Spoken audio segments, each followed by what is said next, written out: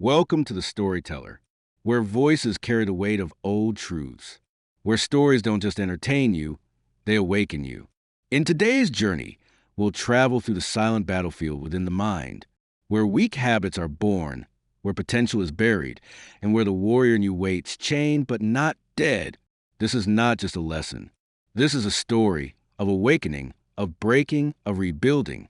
Sit back, close your eyes if you can, and let this story transform your silence into strength. There once lived a boy named Aaron in a forgotten village nestled between mist and memory. Aaron was not ordinary, but neither did he shine.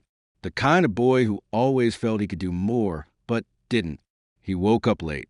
He dreamed of greatness, but chased none of it. He watched hours melt like candle wax, telling himself, "Tomorrow I'll begin." But tomorrow never came. You see, Aaron had a secret enemy. Not a monster outside, but a whisper within, a voice that said, 5 more minutes. You've got time. Why push so hard? And so, Aaron became a servant to his comforts, a slave to softness, a boy who watched others build empires while he scrolled through shadows. Until one night, a dream came. No, a memory disguised as a prophecy. He stood in a vast desert. The sky above him cracked like broken glass, and from the dust rose a figure cloaked in fire. "Who are you?" Aaron asked. The figure replied, "I am who you could have been had you not betrayed yourself." And just like that, Aaron woke up, heart racing, drenched in sweat, eyes wide open in the dead of night. He knew, in that instant, he had slept not just through the night, but through years of his own becoming. That night, a question was born. What am I doing to my mind by feeding it weakness? That was the beginning, the first spark, the first war cry, the first time Aaron realized you cannot change your life until you educate your mind. The mind silent trap, where weak habits are born. They don't begin with loud footsteps. Weak habits never knock at your door. They seep in like dampness in an old wall. They wear soft slippers, not combat boots. They speak not with screams, but with sighs. And the mind is not a fortress. It is a garden. Left untended, weeds grow. In the beginning, Aaron didn't realize the invisible architecture of his mind was being carved. Not by his dreams, but by his decisions of delay. Every time he hit snooze, every time he whispered later, every time he said just this once to distraction, he wasn't just making a choice. He was writing scripture on the walls of his brain, neural rituals, mental murmurs that would later become chains. One more scroll, a little more rest. This one cookie won't hurt. I deserve it. What starts as permission becomes a pattern, and what becomes a pattern becomes a prison.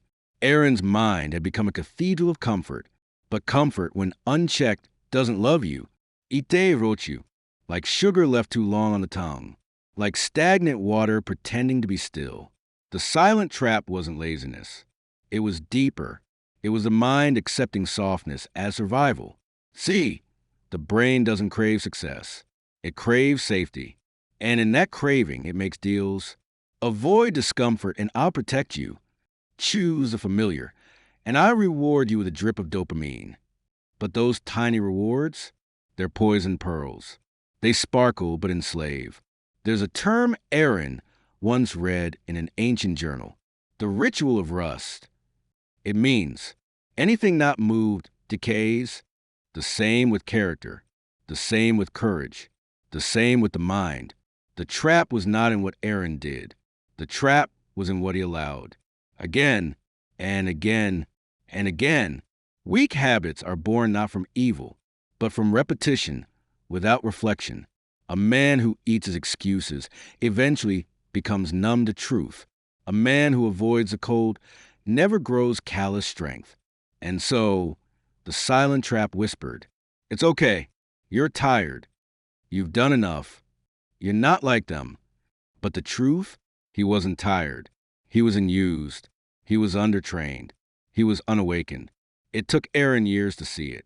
That the battlefield was never outside. It was inside, not in the body, not in the schedule, but in the quiet, crafty corridors of the mind uneducated.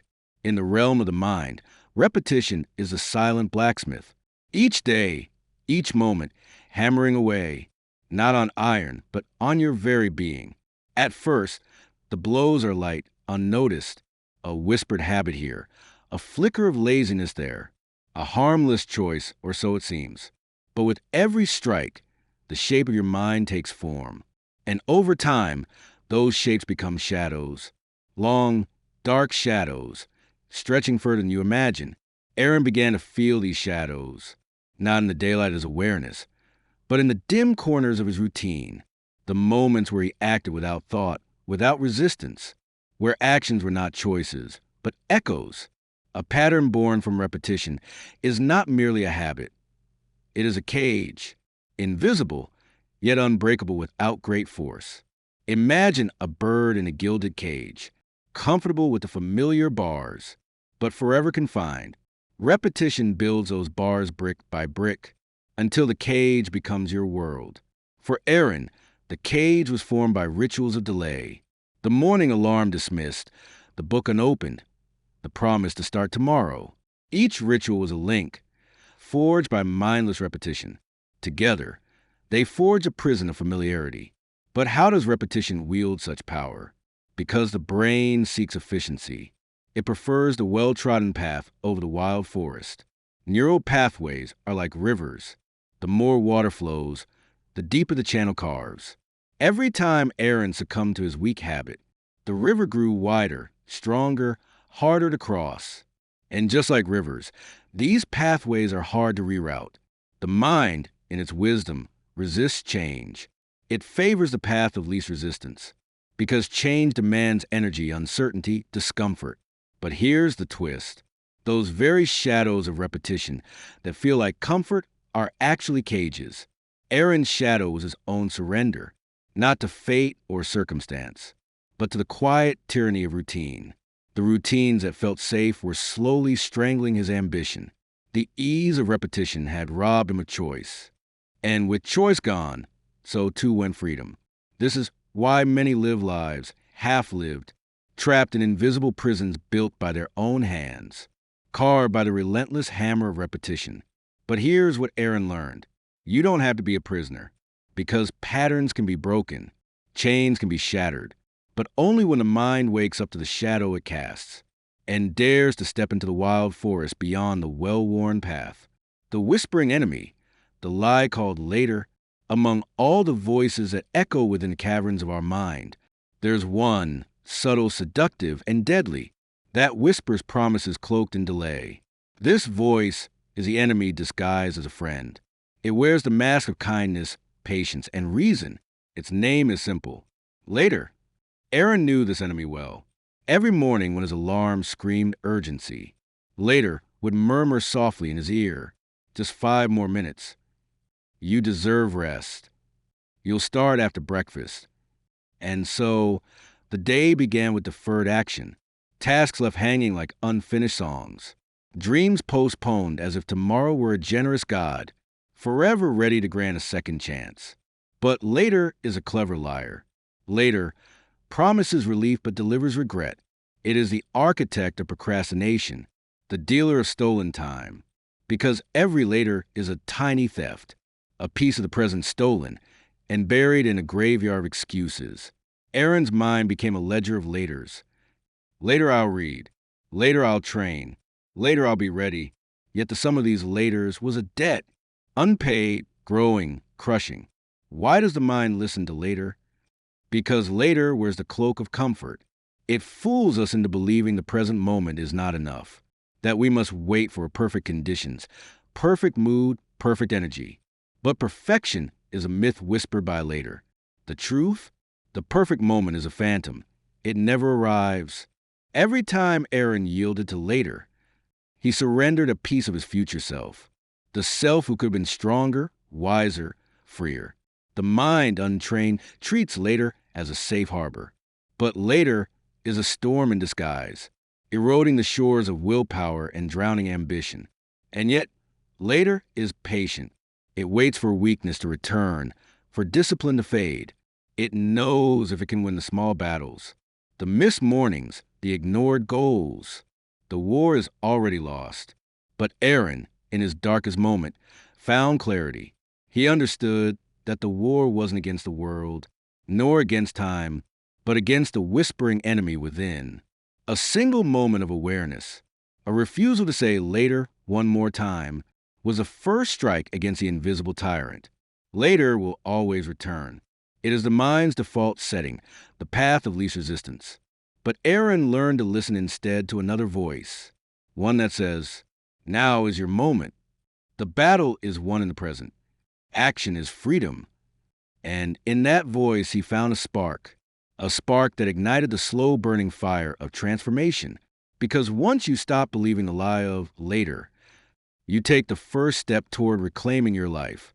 Mind versus monster reprogramming thought loops.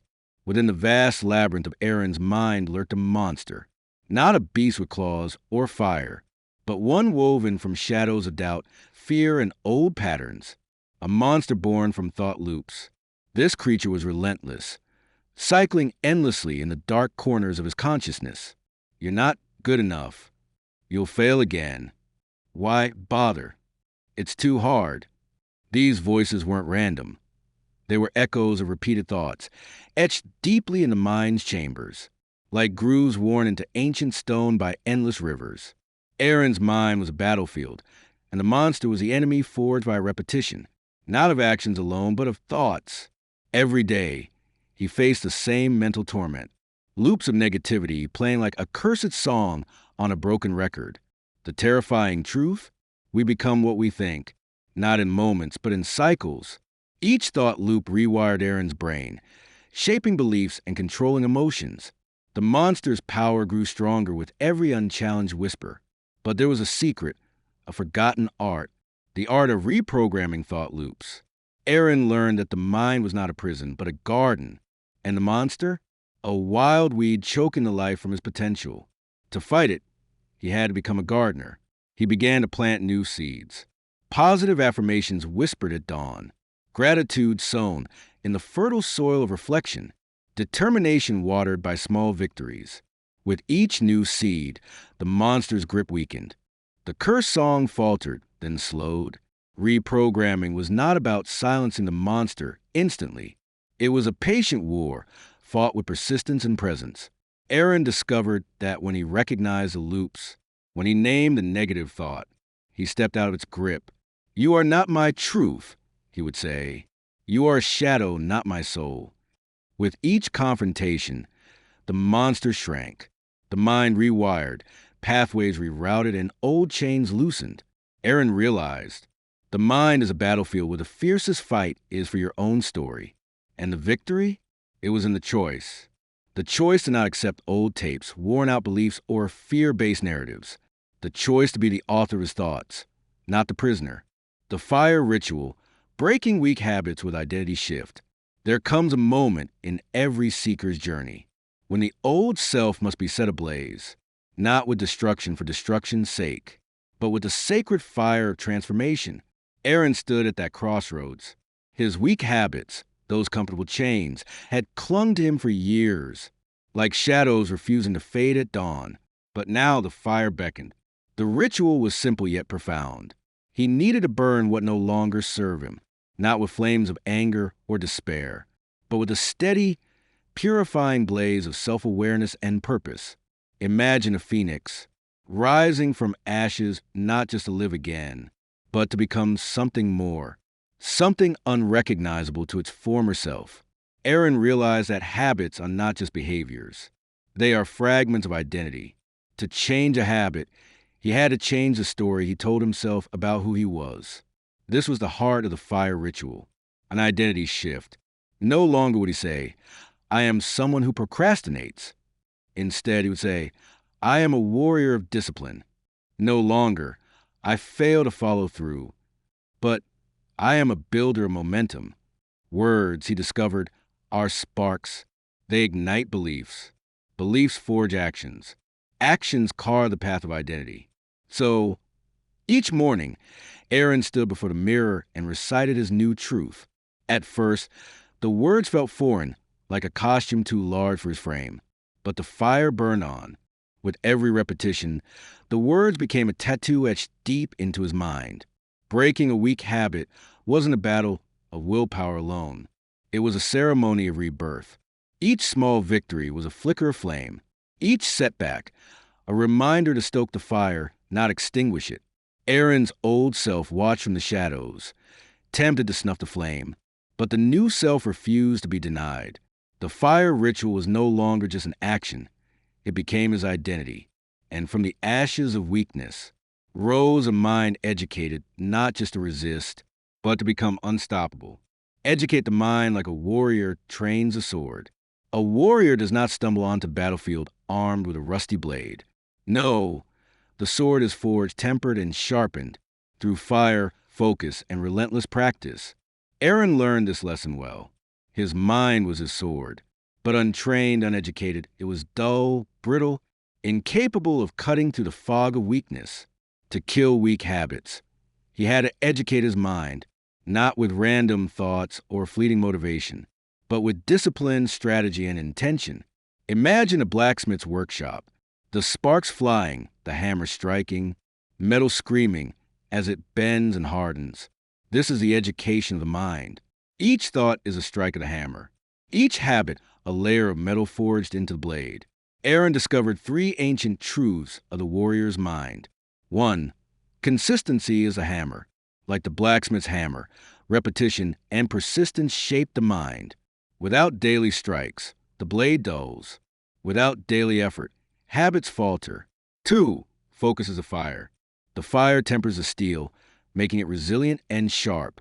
Focus tempers the mind, burning away distractions and weakness. 3. Intention is the anvil. The anvil is steady, unyielding. Intention gives the mind structure and direction.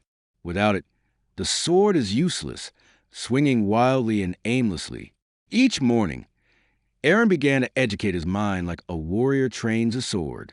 With rituals, meditation, visualization, and deliberate action, he learned to catch the moment, the split second when a weak habit whispered its lies, and strike it down with clarity. The mind, once a wild, unyielding beast, became a weapon, sharp, precise, and controlled. No longer did weak habits dictate his moves. The battle was no longer external. It was a duel of wills within the forge of his own mind. Aaron knew the sword would sometimes nick, sometimes dull, but with education, it would never break. And the truth was clear. A warrior's strength is not born in victory alone, but in the constant, daily education of the mind. Silence and solitude, tools to reshape the inner world, in a world that never stops speaking, where noise crashes like relentless waves upon the shore of the mind. Aaron discovered a secret weapon few dare to wield: silence. And with silence came its faithful companion, solitude. Silence is not emptiness. It is the canvas upon which the mind paints its truest colors. It is the stillness that exposes the shadows lurking beneath the surface. Aaron found that in the absence of noise, his mind's weak habits came alive in their rawest form. Without distraction, the habitual patterns, the automatic pilots, were laid bare, and this was frightening.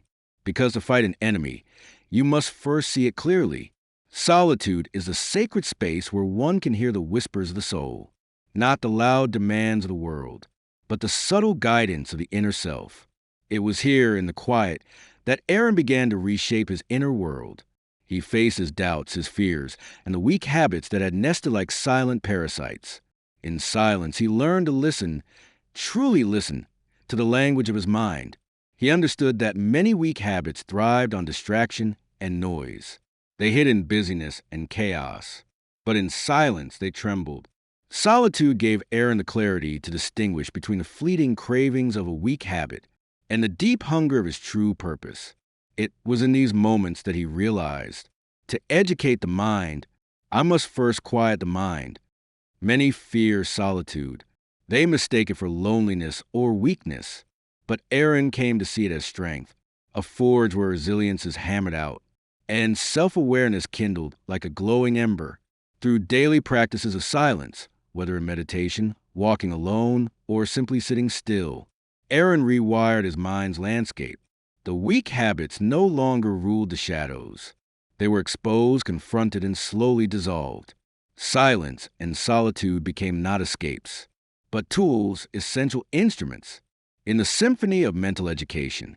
And so Aaron walked forward, not as a man chasing noise and distraction, but as one who embraced the power of stillness to break free from chains. Discipline, the greatest act of self-respect. Discipline is a word often misunderstood. To many, it sounds like a harsh taskmaster, a tyrant forcing obedience through suffering. But for Aaron, discipline became something far more profound. The highest form of respect one can offer to oneself. Imagine a garden. Neglect it, and weeds overrun the soil, choking out life. Tend it, and it blooms with vibrant beauty and strength. Discipline is a gardener's love, the steady care that cultivates the soul. Aaron came to realize that every act of discipline was a declaration. I am worthy. I honor my dreams. I will not betray my own potential. Weak habits, in contrast, whisper lies. You are not enough. Why bother? Just this once won't matter. But discipline silences these whispers with firm, unwavering truth. Discipline is not about perfection. It is about commitment, returning to the path each time you stray. Like a river carving through stone, patience and persistence wear down obstacles. Aaron learned to see discipline as a daily ritual, not a burden. Each morning's choice to rise, to act, to persist, was an act of honoring himself. This self-respect forged a shield against weakness. When temptation came, he didn't fight from fear or shame, but from love for the vision of who he was becoming. Discipline transformed from a chain into wings. It freed Aaron from the cycle of regret and self-sabotage. It made him a keeper of promises, especially the promises made to himself. And so, discipline was not punishment. It was the greatest act of kindness he could give his future self. When the weak habits return, the second battle. Victory in the battle against weak habits is not a final one. It is a moment, a summit from which the path down is just as treacherous. Aaron learned this the hard way. Just when he thought the war was over, the old shadows began to stir again, whispering familiar lies in the quiet moments. You've earned a break. Just this once. You're stronger now. You can afford it. The return of weak habits is the test of true mastery. It is a second battle, more subtle, more deceptive than the first, because now the enemy knows your strengths. It studies your patterns, waiting for cracks in your armor. Aaron felt the pull of old comforts like a siren's call. The habits he'd buried were not dead. They were dormant, and this realization was both humbling and terrifying. But this time, Aaron was not the same man. He recognized the signs, the familiar stirrings, and met them head-on. The battle was no longer fueled by panic or shame, but by steady vigilance and compassion. He learned that weak habits return not because you are weak, but because the mind is a living ecosystem, dynamic and ever-changing. Change is not a straight line. It is a spiral. Each return was an invitation to deepen his understanding, to refine his methods, to strengthen his resolve. Aaron developed what he called the return protocol, a set of tools to meet the enemy. Awareness, catch the habit early before it gains strength. Acceptance, don't fight with harsh judgment. Instead, observe. Redirection, channel the energy into positive action immediately. Reflection, learn what triggered the return to prevent future relapses. The second battle is where champions are truly forged. It separates those who merely begin from those who endure. And in this crucible, Aaron's mind was tempered again, stronger, wiser, and ready for the journey ahead. A new identity, replacing weakness with purpose. Every transformation begins not with a change of actions, but with a change of identity. Aaron discovered this truth in the deepest chambers of his soul, that to truly kill weak habits, he had to become someone different. Old habits clung to the old self, the version of Aaron who doubted, delayed, and surrendered. But purpose demands a new self, a self forged with clarity and fire. Imagine the river changing its course, not because the water itself changed, but because the landscape it flows through shifted beneath it. Aaron's mind was that landscape. He began to rewrite the story. He told himself, no longer the boy who could never, but the man who does. No longer the victim of circumstance, but the architect of destiny. Purpose filled the spaces once occupied by weakness. It was a light that did not flicker in the wind, but a steady flame, guiding every step, every choice. Aaron crafted affirmations not as empty words, but as declarations of identity. I am disciplined. I am resilient. I am the master of my mind. With this new identity, weak habits lost their power. They no longer belonged to him. They were ghosts in a house he no longer inhabited. Purpose transformed his mind from a battlefield into a kingdom ruled by intention and resolve. And in that kingdom, Aaron found freedom. The freedom to live as the person he was always meant to be. The final door, living above the old you. The path of transformation is not a stairway with a clear end, but a series of doors, each one more challenging, more revealing than the last. Aaron stood before the final door, not the door to perfection, but the door to living above the old self.